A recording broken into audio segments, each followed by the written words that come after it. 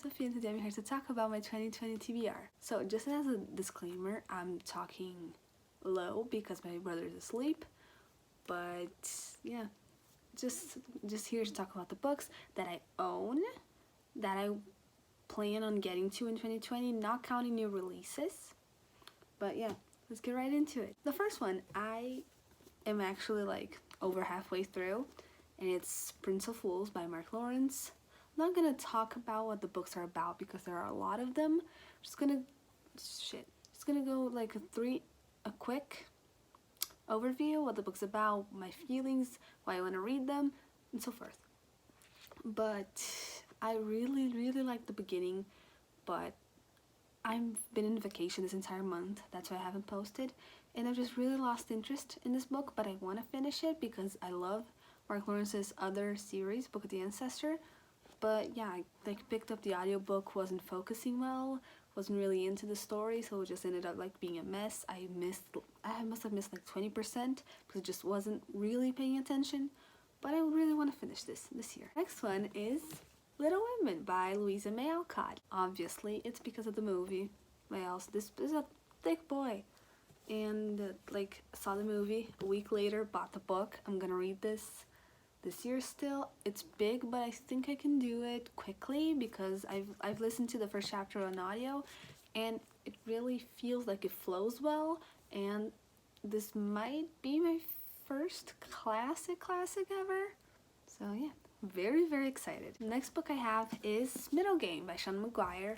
Sean McGuire wrote one of my favorite books last year, which was Into the Drowning Deep, under the pen name Mira Grant. And I've also read her Wayward Children series, but I don't like that one as much. But I mean, Lala from Books and Lala, this is her favorite book of last year. And I really like Sean McGuire. I think she's a brilliant writer.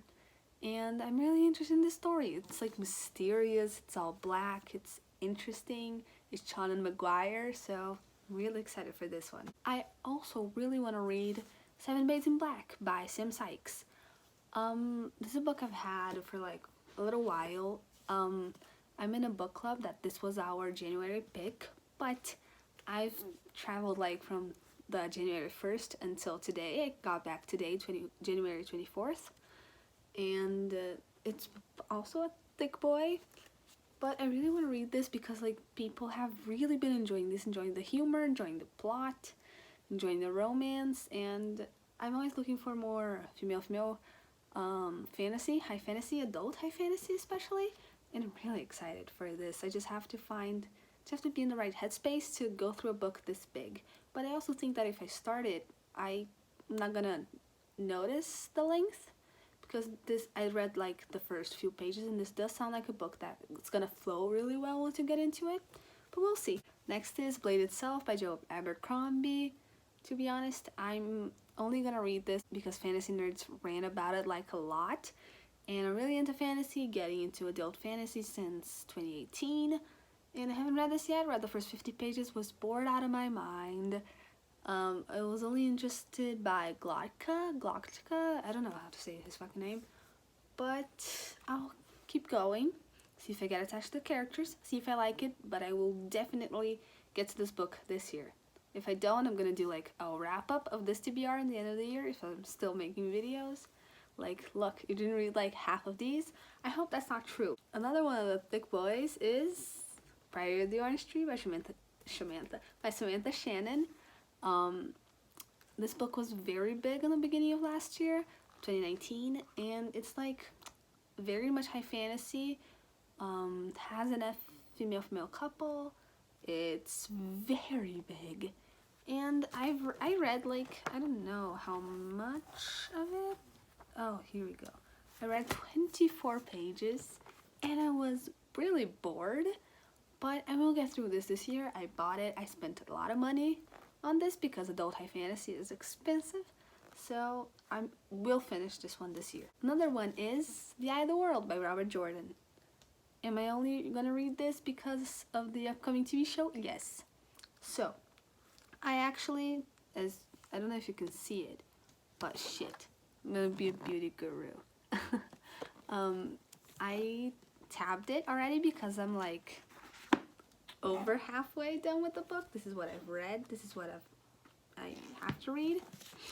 And I really like the beginning. Very, very engaging. And then we got to the middle and it's dragging. And it's not just dragging, it's like every time, like there are different groups of characters. So every time we go see this group of character where one of them is interesting and I like them and I want to know more about them, and the other one's just like there, the perspective is always from the person that's just like there. And I don't care. I cannot handle reading about parents' point of view anymore. I cannot stand the man. He's so boring. Just like from the first half of this book. I mean, I'm sure he gets better, but like I'm like I was really liking some of this stuff, but others is just sport in my mind. So I stopped reading this in December, but I will finish it this year. Just have to power through these last 300 pages. Another one of the big ones, it's not as big, but I mean, it's like almost, sorry, it's not as big, but it's just like almost 600 pages, is Children of Time by Adrian Tchaikovsky. So, I'm not really excited for this book, but it's because like I had a wish list that I sent to some of my relatives on Christmas on Amazon about books, and it's a really weird story. My grandma, who was like buying the books for me, saw the name Tchaikovsky, thought she recognized it and bought it for me, thinking about like the composer Tchaikovsky, not the sci-fi writer Tchaikovsky. So that's why I have this book, because my grandma thought she recognized the name, but she thought of somebody completely different. Even though I listed it as a low priority, she said I'm gonna buy it anyway because I know the guy. She didn't, but I appreciate the sentiment. But I will get to this year when I'm in the mood for like actual like sci-fi, not just character sci-fi. And let's see if I pick this up. This one is not a must read.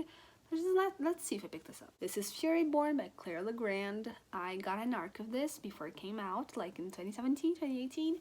And like people were saying really bad things about the arc, but apparently they changed it to the published version. But I still wasn't really interested, even though I liked the cover. But then I read Sakyo Girls, also by Clara Legrand. Loved it, one of my favorite books of 2019. So I'm like, well, if that was a urban fantasy horror, I might as well pick up her high fantasy because I like high fantasy more. So I really want to read this. I really want to know what Clara Legrand does with this kind of story. I'm really very excited. Another one is Scythe by Neil Shusterman. This book is very, very popular. Everybody knows about it, but I've heard very mixed things about it, as like probably most people, like regarding the romance or insta-love or character development. Those are the main complaints I hear, but I tend to love polarizing books. I love Nevernight, I love Gideon the Ninth. Just a few examples. I love Bloodlines, the sequel series to the Vampire Academy series. So I'm excited to see where this takes me. This is going to be my first Neil Shusterman book. I'm here for the philosophical and discussions about death and like ethical discussions. I'm here for it. Just very interested. See where this goes. Next is Sinlin Ascends by Josiah Bancroft. So I know like almost nothing about this book. I know like that this guy's wife and I think son are kidnapped or like taken somewhere, and he has to climb the Tower of Babel, whatever the fuck. I don't know how you English people should say it. Like to get to them, so that's what he's climbing. And I've just many reviewers that I trust that have loved the books I love have loved this book also. So I really wanted to pick this up, and it's not big, it's short. So hopefully it's as good as people say. Next one I have is Bloody Rose by Nicholas Ames. I read Kings of the Wild in December and I really liked it. It's a really fun book, really fun, like found family, group of friends, also going on a quest book. And so after I finished it, immediately bought the next one. And I'm really hoping to get to this year. This is about, like, apparently Rose, which is the daughter of one of the guys from the band in Kings of the Wild. And I hope it has the same kind of humor. I hope it has the same kind of heart to it, because even though it's like a bunch of grumpy macho dudes, they're really a family, and it's really soft, that like the heart of the book.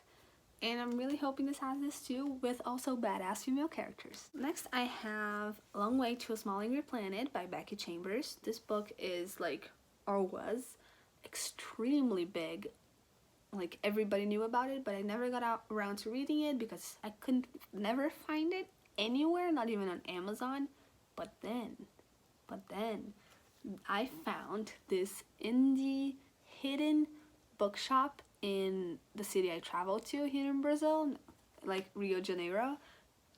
How did I say that like a gringa? Rio de Janeiro. So I was browsing, I found this one, and I'm like, I cannot believe I found this book. So I'm really excited to read it. Whenever I get in the mood to read character-driven sci-fi, I'm definitely gonna pick this up. I hope to love it as much as other people do. I know this has like a surprising amount of heart at the core of the story, and I really like that, and I'm hoping I'm gonna really like this book. Next is Gone Girl by Gillian Flynn, which I also found at the same bookshop. I love the movie. I know I'm really late to the party, but I've only started reading thrillers last year, and I love the movie, and I kept having like this wish to rewatch it, and then I went to that bookshop in Rio, or Rio, whatever the fuck you gringos say it, and I found this, and I'm gonna read it physically and annotate it, and it's gonna be amazing. Even if I hate it, I'm gonna have had the experience of reading the book that inspired the movie that I love. And Amy Dunn is an icon, and I'm definitely getting to this book this year. Next one I also found at the same bookshop. I bought 3 books. It's Pet Sematary by Stephen King. So my uncle is a Stephen King fanatic.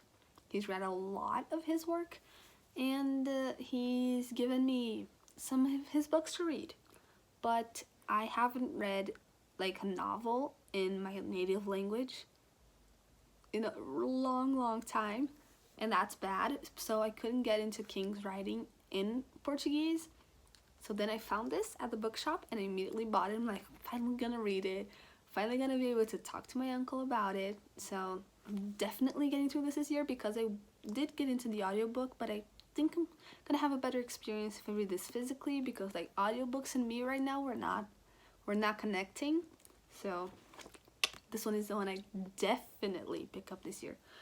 If not, like, even if I hate it, I'm gonna push through it just to say that I finished it to my uncle. That's my goal. City of Blaze by Robert Jackson Bennett, the sequel to City of Stairs, and this is the author that also wrote Foundryside, which, like, the sequel to Foundryside came out this week. I really like City of Stairs and Foundryside, and City of Stairs especially because the first book in the series, so I immediately bought this one. Didn't have a lot of time to read it, vacation, end of the year, etc. But really want to read it. It's like geopolitical fantasy. I really want to read this. This looks really short, but it's like almost 450 pages, even though it looks like this. And I'm really pumped. I really want to get it because like the main character in this is a character that I loved in City of Stairs. Is like super interesting, and get this to this soon. Next one is Wondersmith by Jessica Townsend. Nevermore was the last book that I read in 2019.